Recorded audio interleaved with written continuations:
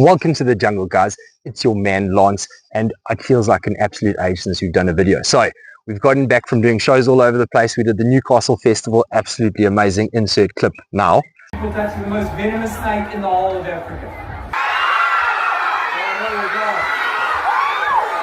And the stomach, how shiny is it? Huh? Very shiny. Then on the back, it's not so shiny. Feel it's rough like sandpaper. See, but if you feel on the stomach, it's smooth. So if you see a snake. So I pulled out one of my snakes, and now we haven't pulled out too many exotic snakes in this channel just yet.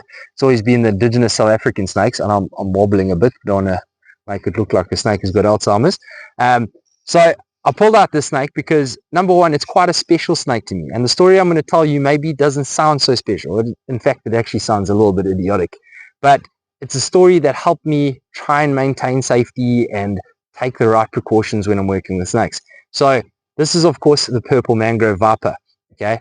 Now, these snakes are notoriously bad-tempered snakes. She's calmed down quite a bit, but they can strike out quite a lot. They really just don't like being touched or handled. Now, when I was 16 years old, I got one of these snakes because I think they were quite cheap. Yeah, that's pretty much what it came down to. They were quite cheap. I told my parents that they were mildly venomous snakes, similar to like our South African red-lipped heralds, which was obviously a big lie. And I got snakes and everything was fine. And then, oh, hello, boy, girl.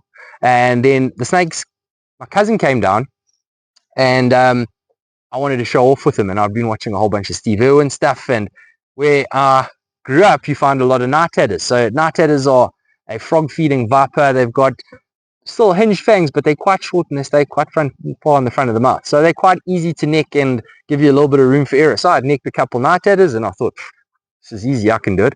My cousin came around, I was trying to show off, and I necked a hatchling Purple Mangrove Viper. Now, any of you guys who know what necking snakes is like or have necked a viper before, you know a hatchling viper is just terrible because their fangs are about as long as their head is.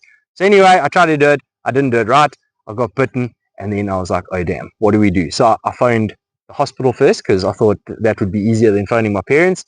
Then I phoned my mom. I told my mom, I've been bitten by the snake that I told you is mildly venomous. It's not mildly venomous. It's in fact actually very venomous. And we raced off to the hospital. She was doing about 200 k's an hour. In fact, I told her, Mom, just slow down because your driving is going to kill me quicker than the snake bite will, because she's not a very good driver. And anyway, we got to the hospital. I was treated symptomatically. And now all that I've got as a reminder of it is a little bit of a wonky thumb. But now, this is where we get to the special part, okay? To me, every time I've had to neck a snake for treatment or whatever we're doing with it, I always neck with my left hand. And I've got this little scar on my finger. And every single time I go to neck, I see that scar and it's a reminder to me. And that helps me stay in the right zone. If I don't feel like it's the right time to neck something, I don't neck it. And I try and do a little bit more safety. So basically my point of this video is it's very easy to try and push the limits to look cool. But if you're keeping snakes to look cool, get something else. It's not going to work out.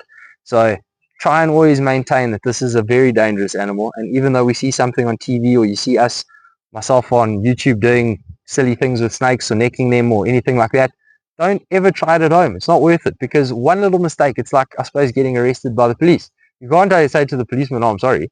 No, you're going to jail. It's done. Once that venom is in you, it's done. It's in you. And that's all you can do. But anyway, let's get back to the snake. Have a look at how beautiful this animal is. What really intrigues me about these snakes is the way that their scales look so pointy. It's almost got like a dragon appearance to it. Now, this girl here is exceptionally pretty. I really always wanted one with a lot of white on the sides. And there's a couple different localities of them that you get. Dingo had one when I was still there. It was pure black, a melanistic one. So they're super pretty snakes. If you get them in a nice bioactive enclosure, they're just so stunning to look at all the time. But definitely not a beginner snake. Definitely not a starter snake. The Purple Mangrove Viper.